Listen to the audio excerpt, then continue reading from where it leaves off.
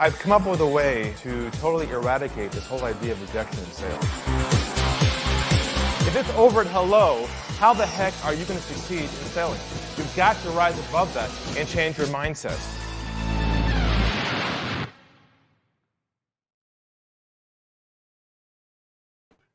Hello, everybody, and welcome to the Stump The Guru show. Happy New Year to those who have been on the show for quite a long time. If you're new, welcome aboard. My name is Ari Galper. I specialize in trust-based selling, and we believe that trust is a new currency in the business world.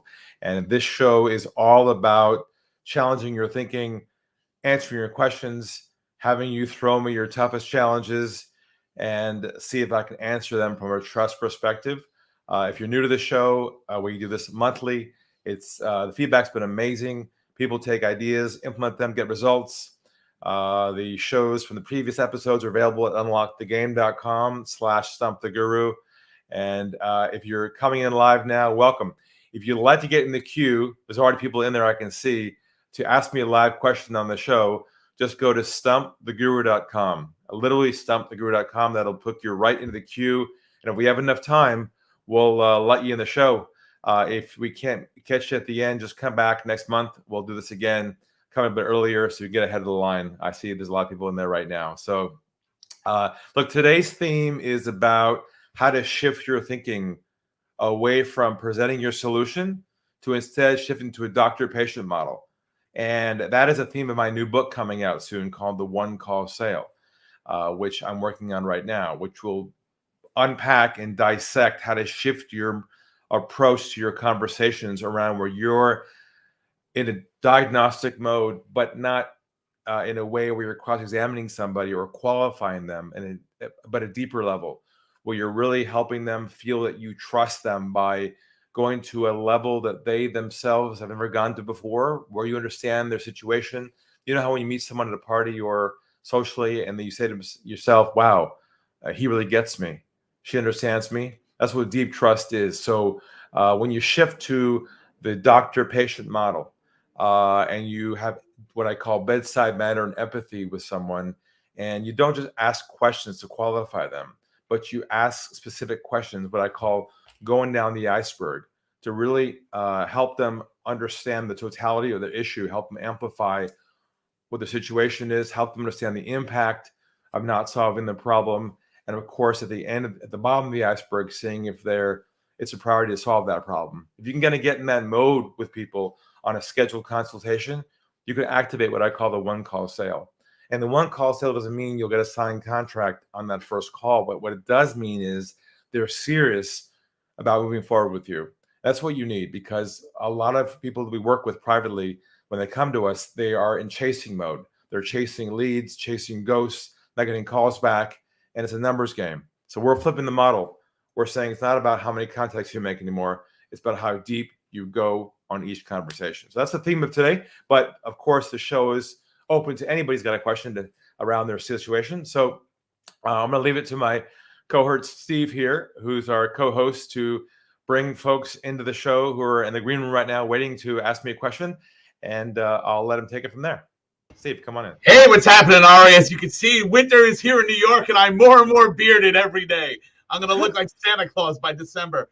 First up today, we have Wilhelmina Ford. She's going to come on, and she's got an amazing question. And Willow's going to tell you first a little bit about herself. And yeah, fantastic. Great. Hi, Willow.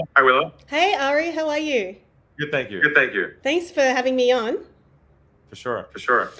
I love that intro, because really that is my whole question that I want to ask. My business is majority it's online, and I do talk to people on a daily basis. It's connecting people for affordable housing, and I do find that I chase a lot. I chase, I'm like, have you got the house? If you do this, and they kind of disappear and they go cold.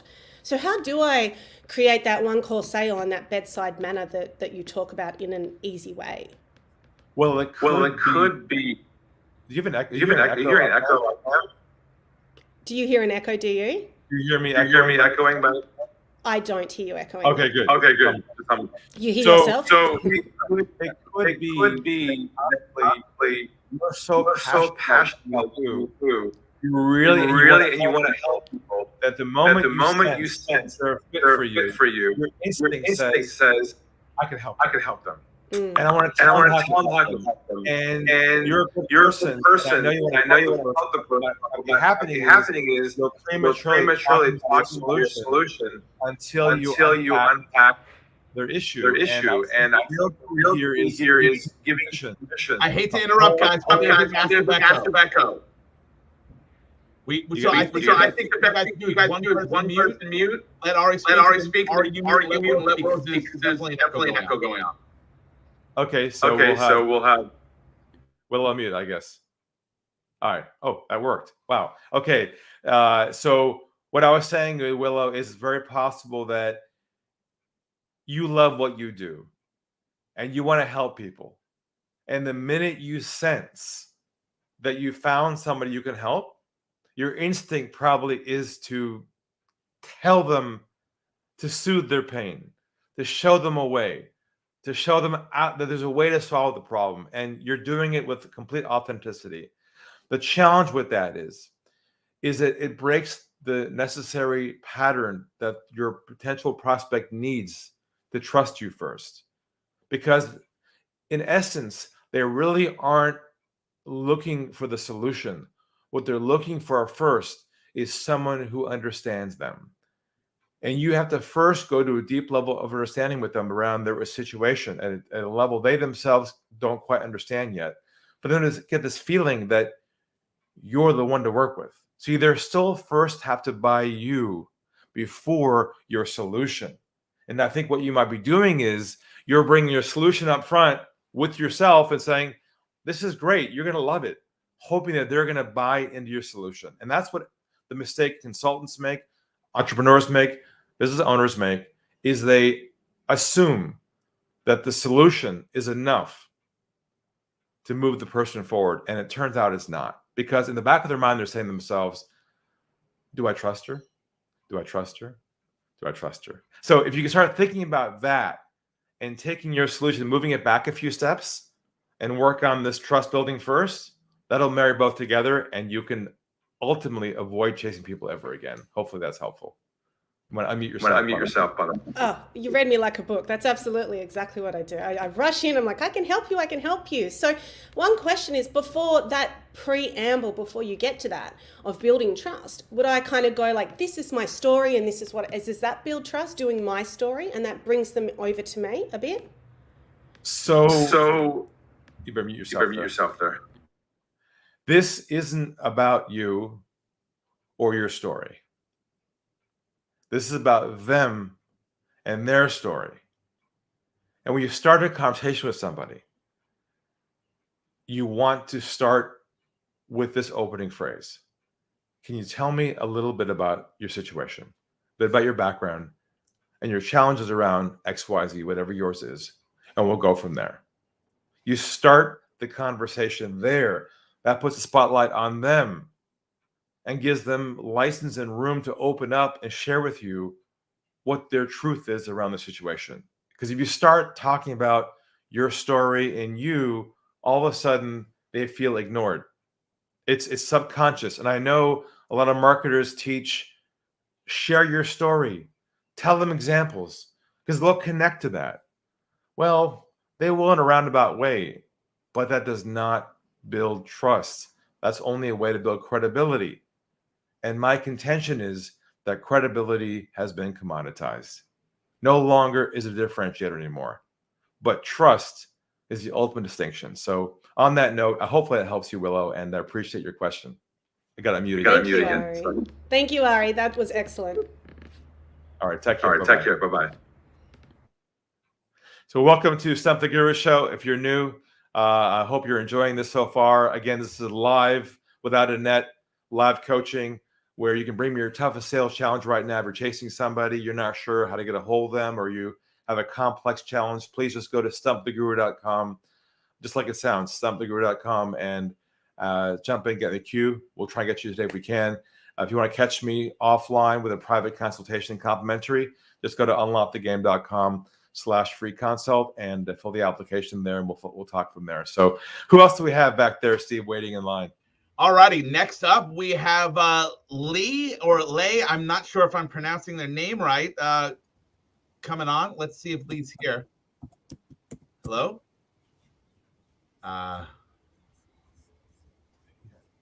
Give it Not a there moment. for the moment. We'll catch the next All right, person. so let's go. Give them a moment to sort themselves, and we'll go on. We'll continue onward, forging ahead. Next is going to come up is Jeff. I'm going to pull Jeff on real quick. And Jeff, if you can introduce yourself, let us know who you are, what your business is, and then of course what your question is for Ari. Awesome. Well, thanks, Steve. Ari, always a pleasure. My business is I have helped people with lead generation, and my question, I doubt I'm going to stump the guru, but I'm going to give it the try for Ari's sake. How do you now? I know you do trust based. How do you get referral partners to share your message with their audience so that you can get more referrals? So maybe walk me through your scenario specifically in your business so I can get more context Sure. around it. So, as an example, I work with business coaches who are looking to grow their business, and a lot of them, surprise, surprise, their first love is not sales, it's not marketing. They love the thing they coach, but for whatever reason, they're not getting the referrals they need. So they create some of their trust content. They've written books and things. They give it to referral partners, and I have one. He acknowledged that he's got a box of books from a friend of his that he promised to give out, but he didn't. So, is there a way you So can? you're asking this not for you, but for your clients? Yeah, yeah. How can people get more referrals from referral partners who, they're excited, they have obviously bought into the person as somebody they trust, Understand. but then they don't do anything with it. So first of all, if your coaches have a book, that's perfect as the asset to use as the vehicle that's transferred from the coach to the next person down the line. That's fine. What's probably going on here is they're not suggesting that their client make the referral at the right moment, because the only time to activate the referral process with a client who's happy with you is at the moment they're the most happy with you. What I mean by that is when they made a sale, when they've hit a milestone, when you've done something for them that's amazing. See, that's the thing, is people ask for referrals when the vibration level is either neutral or kind of below neutral. And you have to understand, the only moment someone is incented to want to actually help you and give your book to a referral is the moment they're the most impressed with the value provided or an outcome you created. So you have to be alert to wait for the moment. See, a lot of these referral books say, oh, ask your referrals, do this for you, and then do this and do that. But what they do is they miss the fact that human nature is designed to do the behavior that you want them to do when the moment is right. And the moment of is right requires us to obviously do an amazing job to get that vibration going, so the other person goes, wow, that was fantastic, you've helped us do this, this was great. Then at that moment you say this, and here's the languaging. You say, would you be open to possibly offering a copy of my book to someone you might know who's a colleague of yours who has a business like yours who might be challenged, have the same challenges as you? Would you be open to that? Now, see, when you language it that way at the right moment, it feels good to say, sure, why not? And now they start thinking about how to help you. And hopefully that helps, Jeff. I love it. And again, I didn't think I'd stump you, but I promised Steve I'd come up with a question. So, Ari, Sure. I can't wait for the new book, and I will turn over the camera to the next person. So, thank you, and great to see you. Happy New Year. You too, Jeff. Take care. All right. So we're on contestant number 3 for the Stump the Guru show. So if you're new, come on in. Just go to stumptheguru.com and get in the queue, ask your question, and we'll keep rolling here. So, Steve, who do we have next? Alrighty, up next. And first of all, as we know, Jeff has an amazing shirt game. As a Hawaiian shirt lover, I have to make that public. This is 2 for 2 now in a row that we've had Hawaiian shirt magistrates here on the show, which makes me super happy. Up next is Mark Head. So I'm going to bring Mark on, and hopefully his camera flips on, and he should have a question to ask you. Right. So I'll just mention, if you want to come in, please make sure your camera is on ahead of time so we can see you in the green room. If we can't see you, then we're not going to be able to call you in because we want everyone else to have a live experience with you here. So what we're going to do is this. We're going to move ahead to Steve Moreland. And Steve, welcome aboard. And if you could tell everybody who you are and what you do, and then give your question for Ari, and let's get rocking. Oh, you're on mute, Steve. You're on mute. Can't hear you. Sorry. Start again, Steve. Sorry, no problem. Always good to see you, Ari. Always love just following you online on LinkedIn and everything. You're always giving me good insights. And so, I've been in the publishing industry, but I'm a financial coach as well. And so, always I'm looking for that way to build that level of trust. And you really did a great job just a minute ago distinguishing the difference between credibility and trust. That nuance is huge. Wow. I mean, really, really great job. If anyone is in their business, we're always trying to figure out how do we transfer our passion to those individuals that are part of our, what you call our network of influence, the people that aren't clients, but they're really more like family. And what I feel that I have a disconnect is how do I connect with those individuals where they feel the passion and they become not necessarily evangelists, but at least ambassadors, where we've already done business before, but more than business, we've actually created long-standing relationships. But I feel a lot of times like when I'm trying to connect with them and move them forward into whatever progress that we're doing, they're either too busy or somehow I'm not capturing their attention and I feel like I'm talking to crickets. Well, it's funny and a great question, Steve, because over the years, we've been conditioned to believe that to get someone enrolled in what we want to help them with, we have to show them our passion up front. We have to say, we've been taught to believe that enthusiasm is what enrolls people. And that worked for many years, up until the last few years now, that everyone who knows someone else and wants to get them to connect on some kind of agenda of some sort can oftentimes be enthusiastic, over enthusiastic about their needs and their passion that does not connect to the other person's problem.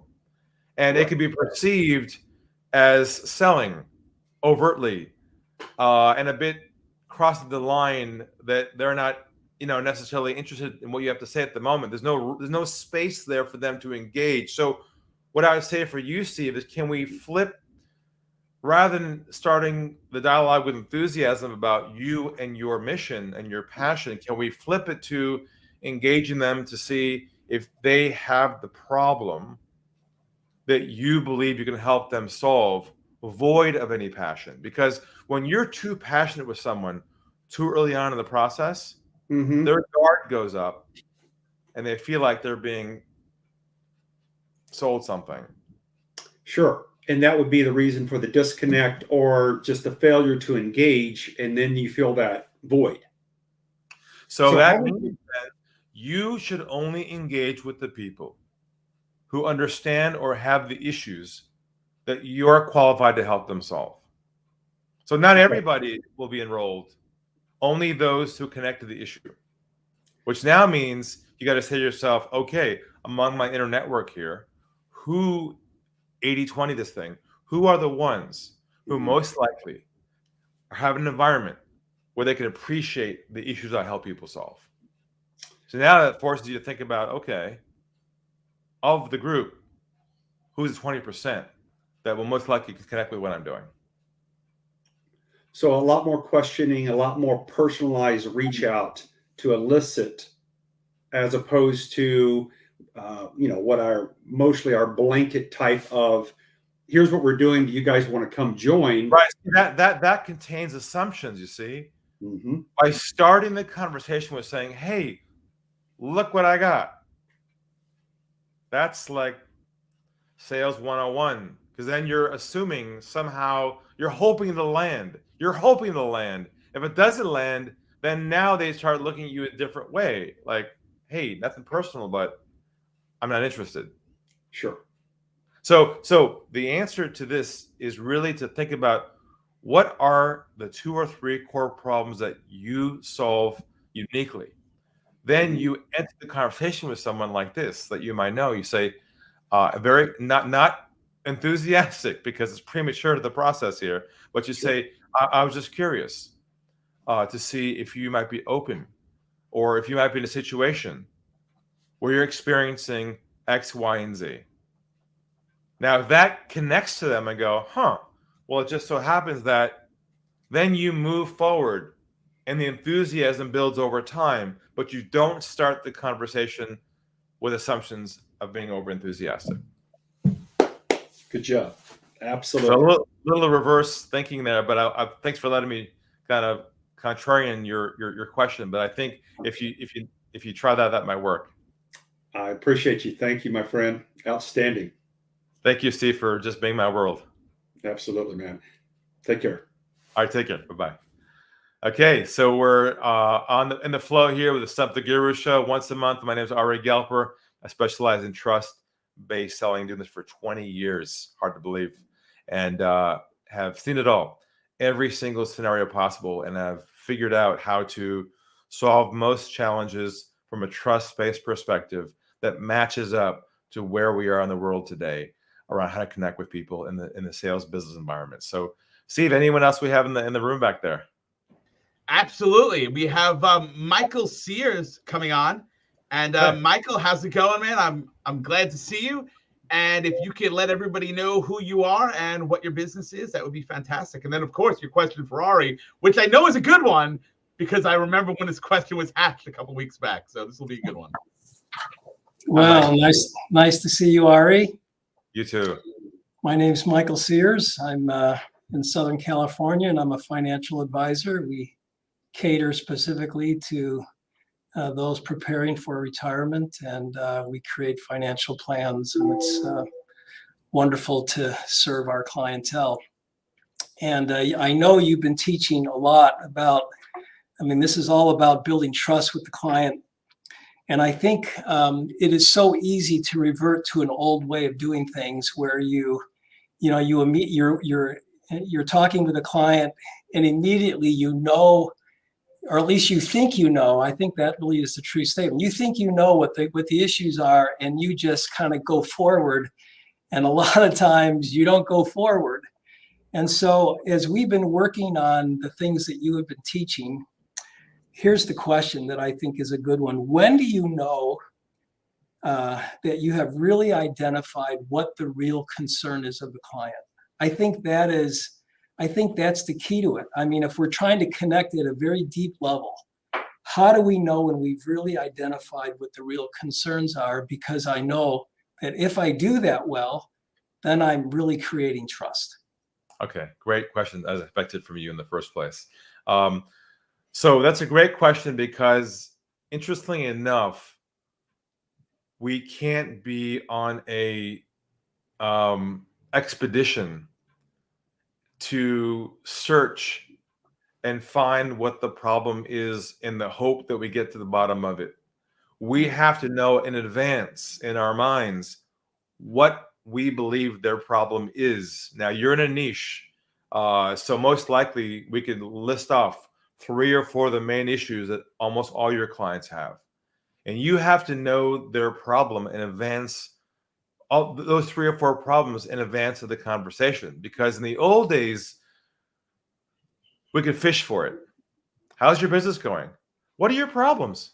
But now we have to direct them down to get to the point where they're comfortable acknowledging their problem.